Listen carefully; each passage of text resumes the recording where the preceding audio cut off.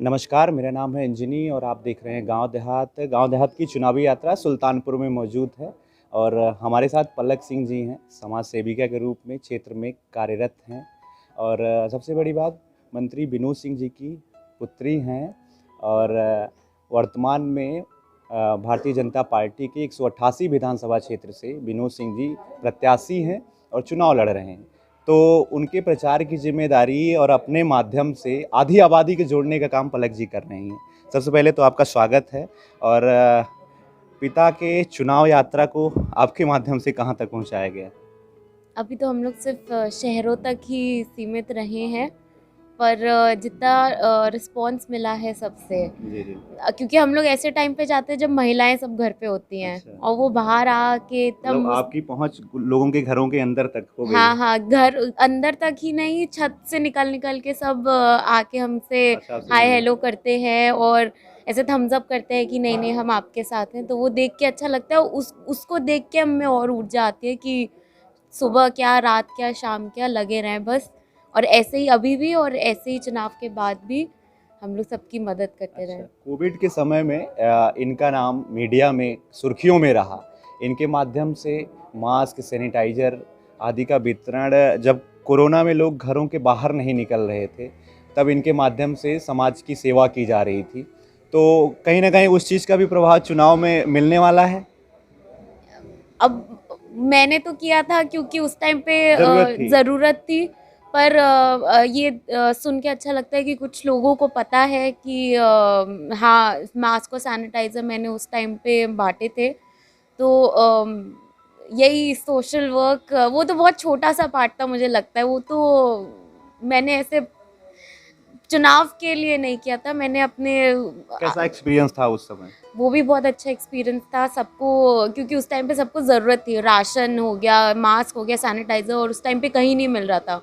और जब लोगों को दे रहे थे तो बहुत उत्सुकता से वो ले रहे थे वो सब चीज़ें। अच्छा, जैसे अभी क्या है, कमला नेहरू जो संस्थान है, वो महिलाओं के लिए भी, बच्चियों के लिए भी बहुत बड़ा एक संस्थान है।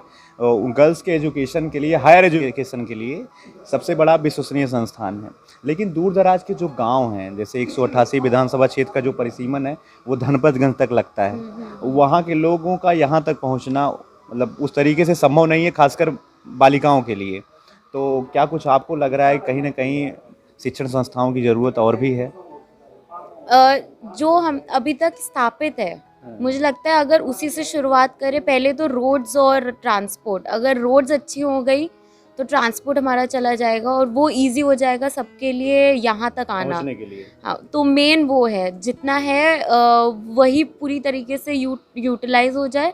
और आगे जाते-जाते हाँ, इसको मेरे बाबा जी ने शुरू किया था एक स्कूल से। जी। मेरे पिताजी ने उसको बहुत ज़्यादा बड़ा, इतना ज़्यादा तो बड़ा कर कैसा दिया। लगता है कि पूर्व केंद्रीय मंत्री और किनाई जैसी बड़े संस्थान के घर वाला होना, कहीं न कहीं एक कैसा फ़ील होता है?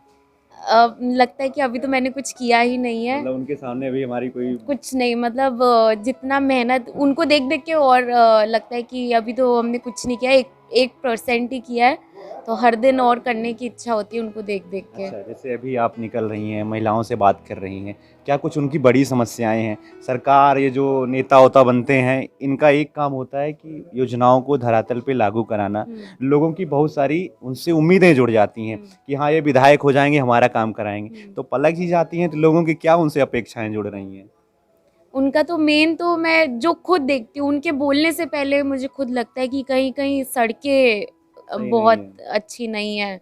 उनका तो होता है जैसे घर की महिलाएँ, उनको चाहिए कि साफ-सुथरा रहे।